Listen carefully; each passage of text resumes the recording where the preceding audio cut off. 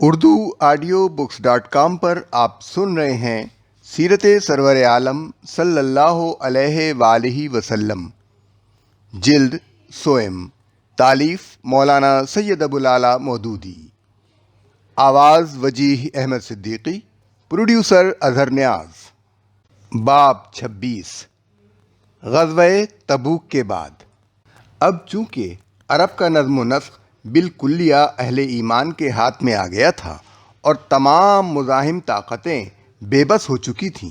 اس لیے وہ پالیسی واضح طور پر سامنے آ جانی چاہیے تھی جو عرب کو مکمل دارالاسلام بنانے کے لیے اختیار کرنی ضروری تھی۔ چنانچہ وہ حسب ذیل صورت میں پیش کی گئی۔ مشرکین سے معاہدات کالعدم۔ نمبر 1، عرب سے شرک کو قطعاً مٹا دیا جائے اور قدیم مشرکانہ نظام کا کلی استیصال کر ڈالا جائے تاکہ مرکز اسلام ہمیشہ کے لیے خالص اسلامی مرکز ہو جائے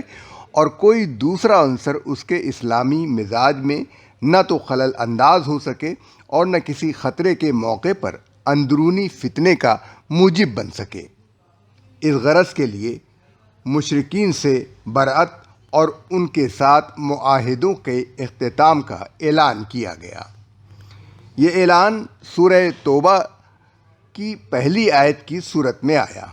فرمایا، اعلان برت ہے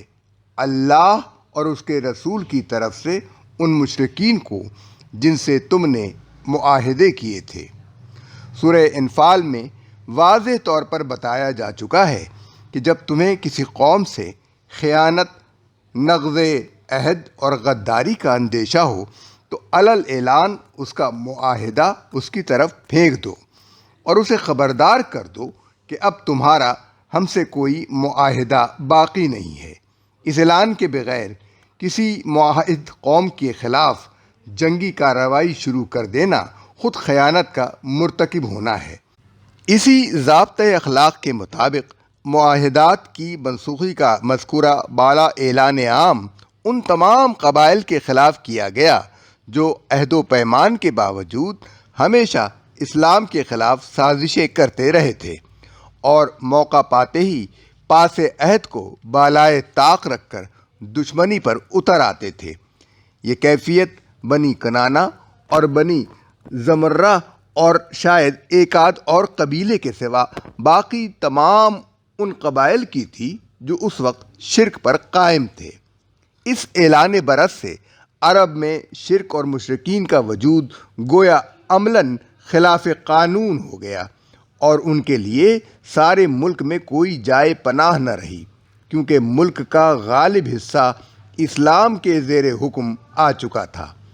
یہ لوگ تو اپنی جگہ اس بات کے منتظر تھے کہ روم و فارس کی طرف سے اسلامی سلطنت کو جب کوئی خطرہ لاحق ہو یا نبی صلی اللہ علیہ وآلہ وسلم وفات پا جائیں تو یکایک نقض عہد کر کے ملک میں خانہ جنگی برپا کر دیں، لیکن اللہ اور اس کے رسول صلی اللہ علیہ وآلہ وسلم نے ان کی ساعت منتظرہ آنے سے پہلے ہی بساط ان پر الٹ دی اور اعلان برأت کر کے ان کے لیے اس کے سوا کوئی چارہ کار باقی نہ رہنے دیا کہ یا تو لڑنے پر تیار ہو جائیں اور اسلامی طاقت سے ٹکرا کر صفحۂ ہستی سے مٹ جائیں یا ملک چھوڑ کر نکل جائیں، یا پھر اسلام قبول کر کے اپنے آپ کو اور اپنے علاقے کو اس نظم و ضبط کی گرفت میں دے دیں جو ملک کے بیشتر حصے کو پہلے ہی منضبط کر چکا تھا۔ اس عظیم الشان تدبیر کی پوری حکمت اس وقت سمجھ میں آ سکتی ہے جب کہ ہم اس فتنہ ارتداد کو نظر میں رکھیں جو اس واقعے کے 1.5 سال بعد ہی نبی صلی اللہ علیہ وآلہ وسلم کی وفات پر ملک کے مختلف گوشوں میں برپا ہوا اور جس نے اسلام کے نو تعمیر قصر کو یک لخت متزلزل کر دیا۔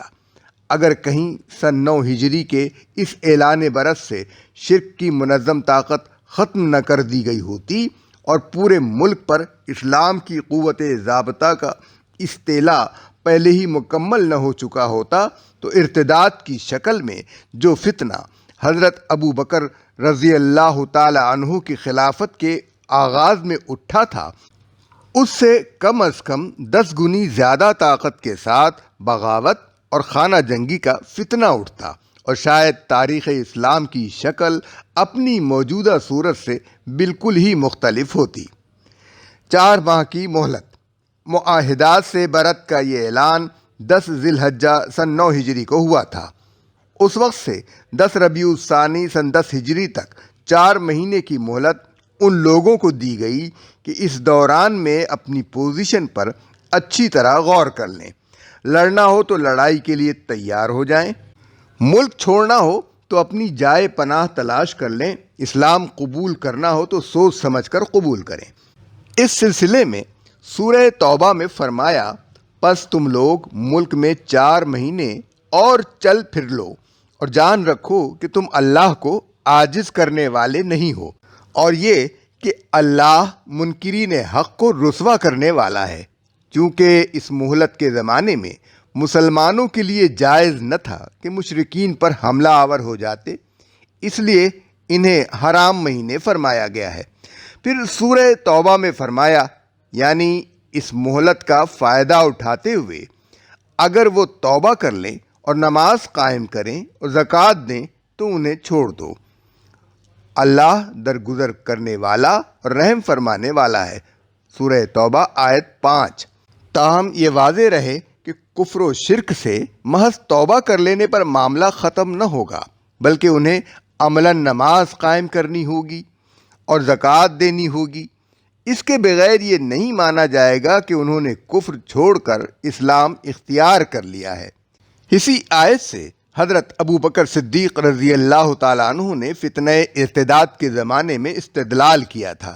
نبی صلی اللہ علیہ وآلہ وسلم کی وفات کے بعد جن لوگوں نے فتنہ برپا کیا تھا، ان میں سے ایک گروہ کہتا تھا کہ ہم اسلام کے منکر نہیں ہیں، نماز بھی پڑھنے کے لیے تیار ہیں مگر زکوٰۃ نہیں دیں گے۔ صحابہ کرام کو بالعموم یہ پریشانی لاحق تھی کہ آخر ایسے لوگوں کے خلاف تلوار کیسے اٹھائی جا سکتی ہے، مگر حضرت ابو بکر صدیق رضی اللہ تعالیٰ عنہ نے اسی آیت کا حوالہ دے کر فرمایا کہ ہمیں تو ان لوگوں کو چھوڑ دینے کا حکم صرف اس صورت میں دیا گیا تھا کہ جب یہ شرک سے توبہ کریں، نماز قائم کریں اور زکوٰۃ دیں، مگر جب یہ 3 شرطوں میں سے ایک شرط اڑائے دیتے ہیں تو پھر انہیں ہم کیسے چھوڑ دیں؟ لیکن جو لوگ 4 ماہ کی مہلت ختم ہونے کے بعد بھی اپنے کفر و شرک پر قائم رہیں تو ایسے مشرکین کو قتل کرو جہاں پاؤ، اور انہیں پکڑو اور گھیرو اور ہر گھات میں ان کی خبر لینے کے لیے بیٹھو، اور اگر مشرکین میں سے کوئی شخص پناہ مانگ کر تمہارے پاس آنا چاہے تاکہ اللہ کا کلام سنے تو اسے پناہ دے دو، یہاں تک کہ وہ اللہ کا کلام سن لے، پھر اسے اس کے مامن تک پہنچا دو۔ یہ اس لیے کرنا چاہیے کہ یہ لوگ علم نہیں رکھتے، یعنی دوران جنگ میں اگر کوئی دشمن تم سے درخواست کرے کہ میں اسلام کو سمجھنا چاہتا ہوں تو مسلمانوں کو چاہیے کہ اسے امان دے کر اپنے ہاں آنے کا موقع دیں اور اسے سمجھائیں۔ پھر اگر وہ قبول نہ کرے تو اسے اپنی حفاظت میں اس کے ٹھکانے تک واپس پہنچا دیں۔ فقہ اسلامی میں ایسے شخص کو جو امان لے کر دارالاسلام میں آئے مستامن کہا جاتا ہے۔ واضح رہے کہ مذکورہ بالا آیات برات من اللہ اور چند ماہ بعد آیات سن 9 ہجری میں اس وقت نازل ہوئیں جب نبی صلی اللہ علیہ وآلہ وسلم حضرت ابو بکر صدیق رضی اللہ تعالی عنہ کو حج کے لیے روانہ کر چکے تھے۔ صحابہ کرام رضوان اللہ اجمعین نے حضور صلی اللہ علیہ وآلہ وسلم سے عرض کیا، یہ احکام حضرت ابو بکر صدیق رضی اللہ تعالیٰ عنہ کو بھیج دیجئے تاکہ وہ حج میں لوگوں کو یہ حکم سنا دیں۔ لیکن آپ صلی اللہ علیہ وآلہ وسلم نے فرمایا کہ اس اہم معاملے کا اعلان میری طرف سے میرے ہی گھر کے کسی آدمی کو کرنا چاہیے۔ چنانچہ آپ صلی اللہ علیہ وآلہ وسلم نے حضرت علی رضی اللہ تعالیٰ عنہ کو اس خدمت پر مامور کیا اور ساتھ ہی ہدایت فرما دی کہ حاجیوں کے مجمع عام میں اسے سنانے کے بعد حسب ذیل 4 باتوں کا اعلان بھی کر دیں۔ نمبر 1، جنت میں کوئی ایسا شخص داخل نہ ہوگا جو دین اسلام کو قبول کرنے سے انکار کرے۔ نمبر 2،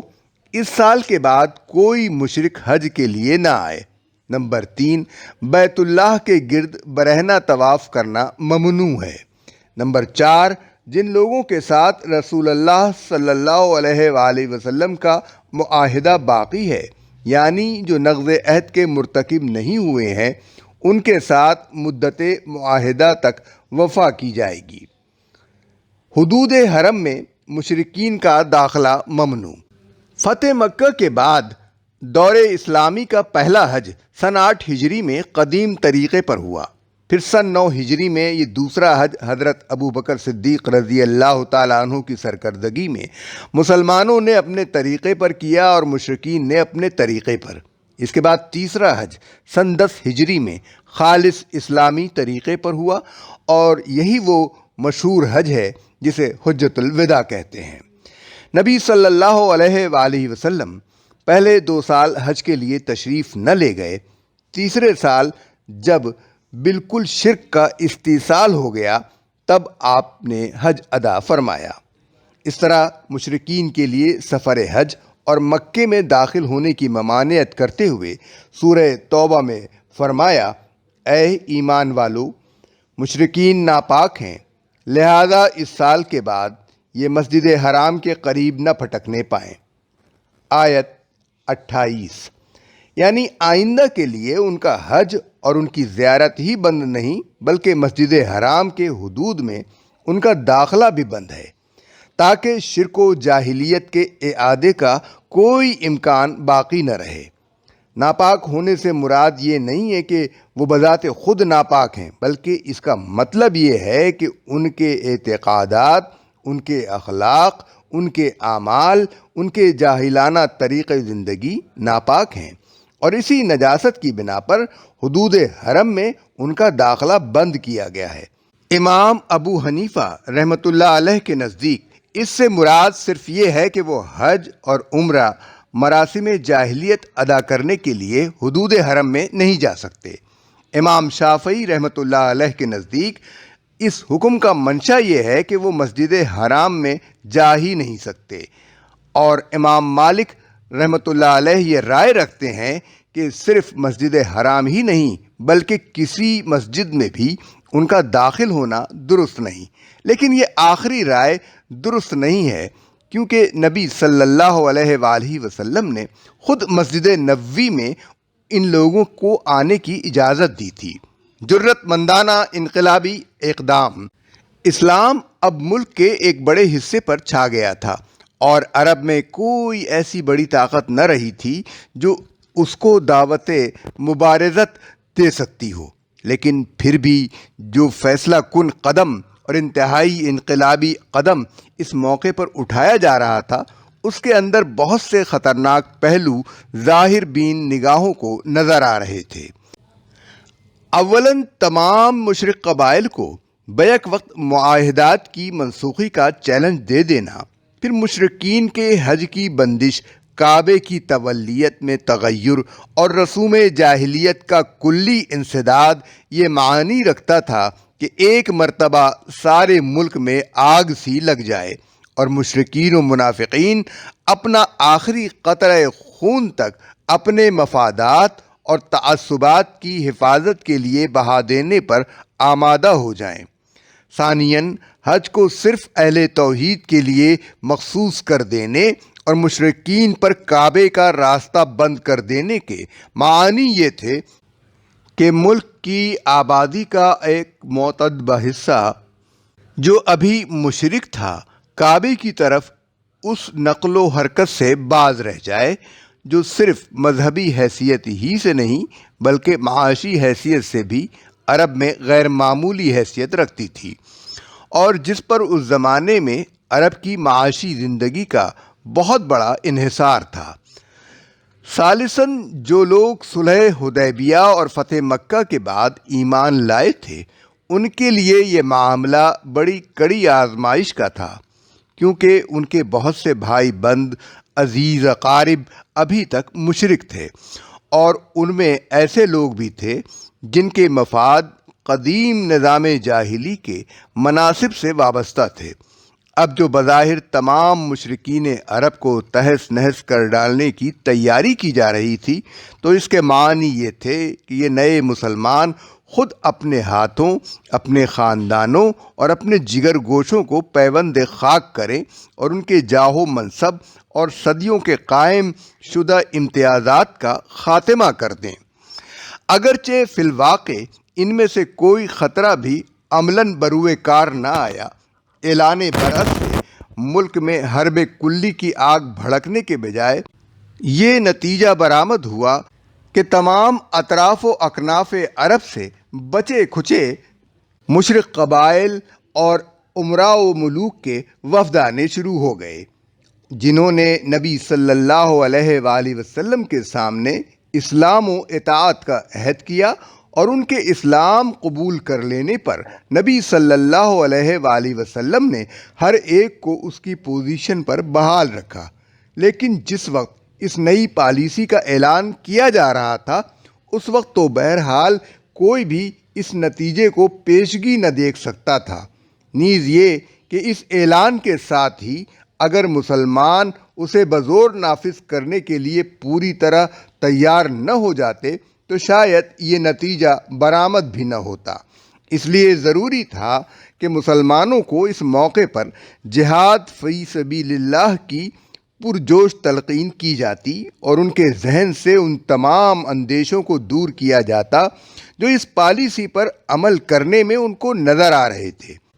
اور ان کو ہدایت کی جاتی کہ اللہ کی مرضی پوری کرنے میں انہیں کسی چیز کی پرواہ نہ کرنی چاہیے۔ مسلمان جو یہ سمجھ رہے تھے کہ بس اس اعلان کے ساتھ ہی ملک میں خون کی ندیاں بہہ جائیں گی، ان کی اس غلط فہمی کو دور کرنے کے لیے اشارتاً انہیں بتایا گیا ہے کہ یہ پالیسی اختیار کرنے میں جہاں اس کا امکان ہے کہ ہنگامہ جنگ برپا ہوگا، وہاں اس کا بھی امکان ہے کہ لوگوں کو توبہ کی توفیق نصیب ہو جائے گی۔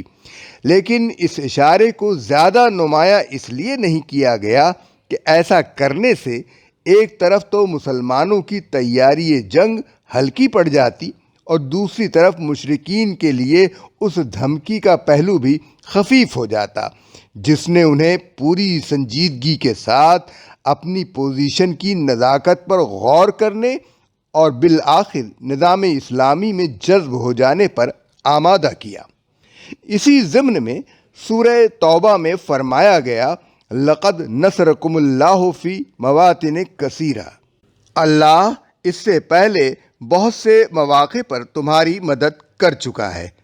آیت 25۔ یعنی جو لوگ اس بات سے ڈرتے تھے کہ اعلان برعت کی خطرناک پالیسی پر عمل کرنے سے تمام عرب کے گوشے گوشے میں جنگ کی آگ بھڑک اٹھے گی اور اس کا مقابلہ کرنا مشکل ہوگا، ان سے فرمایا جا رہا ہے کہ ان اندیشوں سے کیوں ڈرے جاتے ہو